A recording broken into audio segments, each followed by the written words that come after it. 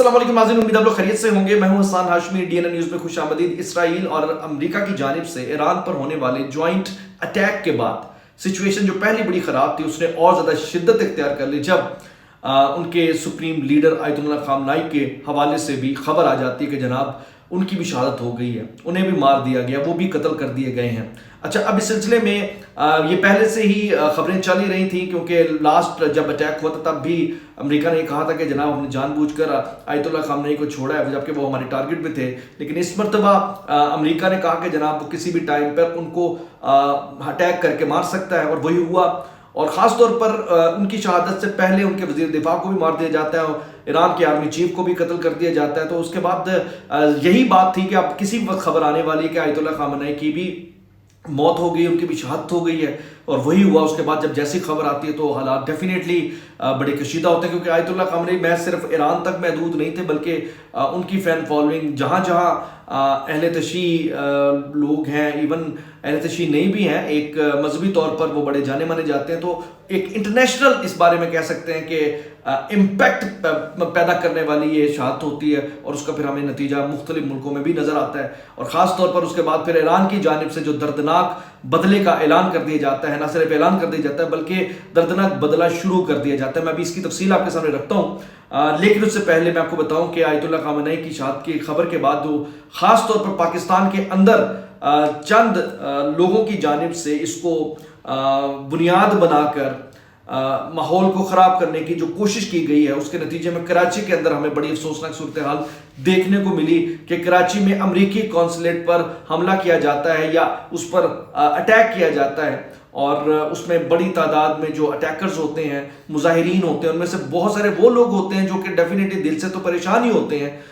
کہ آیت اللہ خامنائی اب اس دنیا میں نہیں رہے، اور اسی چکر میں وہ پھر ان شر پسند اور مخصوص ٹولے کی باتوں میں آ کر احتجاج کی وہ کہتے ہیں کہ صورت میں آگے بڑھتے ہوئے ان کے مذموم مقاصد کی تکمیل میں کہتے ہیں احتجاج شروع کر دیتے ہیں۔ تو آپ یہ دیکھیے کہ پاکستان میں آیت اللہ خامنائی کی اس شہادت کی آڑ میں وہ ٹولہ ایکٹیو ہو جاتا ہے جو اس کی بنیاد بنا کر جو واقعی دل میں مغموم لوگ ہیں، دل میں غم رکھتے ہیں، ان کے جذبات کا استحصال کرتے ہیں، انہیں باہر نکلنے پر مجبور کرتے ہیں، اور باہر نکل پر پاکستان میں امریکی قونصلیٹ پر حملہ کر دیتے ہیں، یا ادھر مظاہرہ شروع کر دیتے ہیں، یا ادھر توڑ پھوڑ کرنے کی کوشش کرتے ہیں۔ اور آپ اندازہ لگائیے کہ پھر وہاں ہماری جو لا انفورسمنٹ ایجنسیز ہیں، پولیس ہے، دوسرے ادارے ہیں، وہ یقینی طور پر اس چیز کو کہتے ہیں کہ روکنے کی بھی کوشش کرتے ہیں۔ اور یہ دیکھیں کہ جو میری اطلاعات آ رہی ہیں کہ اب تک تقریباً 10 سے زائد لوگ شہید ہو چکے ہیں اس احتجاج میں جو کراچی کے اندر ہوا ہے آیت اللہ خامنائی کے حق میں۔ اب مزدار بات جہاں پر یہ ہے کہ میں نے اس کی جب تحقیق شروع کی تو مجھے یہ معلوم ہوا کہ جناب یہ ایک بڑی سسٹمیٹک پلاننگ اور سازش کے تحت جذبات کو ابھارتے ہوئے ایک خاص ماحول خراب کرنے کے لیے کچھ شرپسند ٹولوں نے اس پر کام کیا، اور عام لوگوں کو استعمال کرتے ہوئے باہر ڈیفینیٹلی وہ پھر نکلے۔ جیسے وہ نکلے تو اندر سے کوئی فائرنگ ہوئی ہے، مطلب میری اطلاعات یہ ہیں کہ جو 10 لوگ ان جھڑپوں میں شہید ہوئے ہیں کراچی کے اندر، وہ اس گھنونے پلان کا حصہ تھے۔ کیونکہ دیکھیں آیت اللہ خامنائی کی شہادت میں ڈیفینیٹلی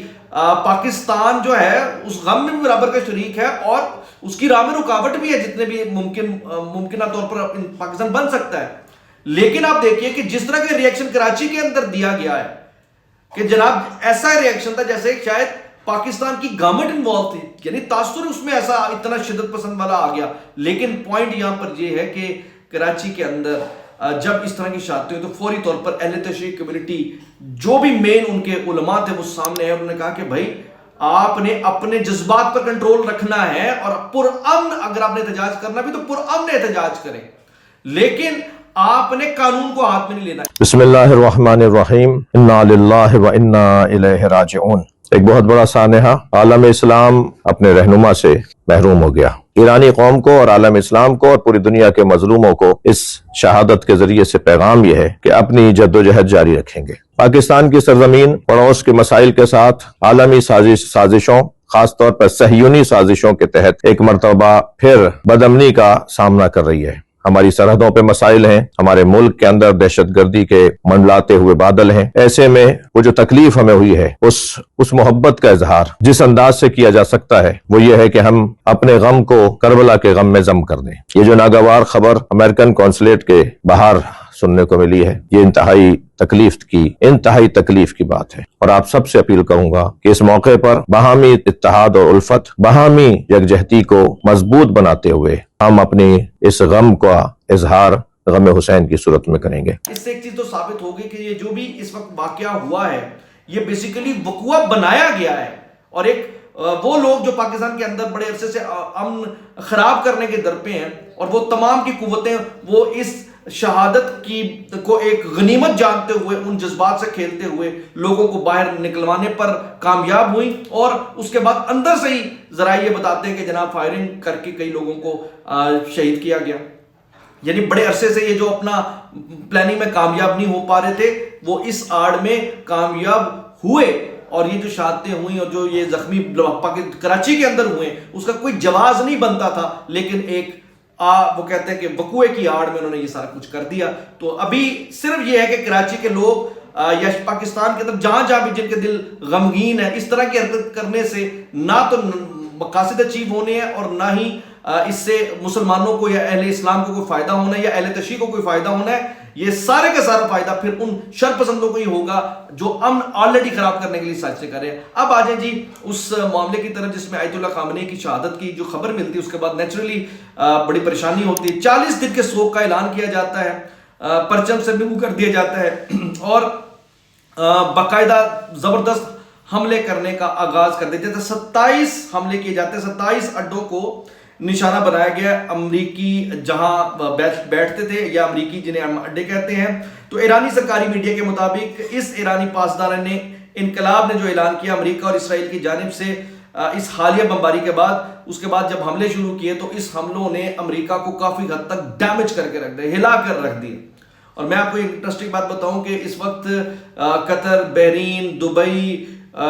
یو اے کو کافی حد تک ڈیمیج کر دیا ہے۔ مطلب یو اے کے اندر امریکی اڈے تھے نا، امریکی اڈوں پر انہوں نے اٹیک کیے، سعودی عرب کے اندر امریکی اڈوں پر اٹیک کیے، اور ان اٹیکس کے نتیجے میں ہم کہہ سکتے ہیں کہ پوری دنیا ایک قسم کی ہل کر رہ گئی،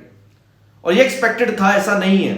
دوسری عام بات یہ ہے کہ انہوں نے آبنہ ہرمز بند کر دی ہے۔ یہ بیسیکلی چھوٹا یا تنگ سمندری رستہ ہے جہاں میرے خیال سے دنیا کی 20% جو آئل یوزیج ہے اس کی ٹرانسپورٹیشن اس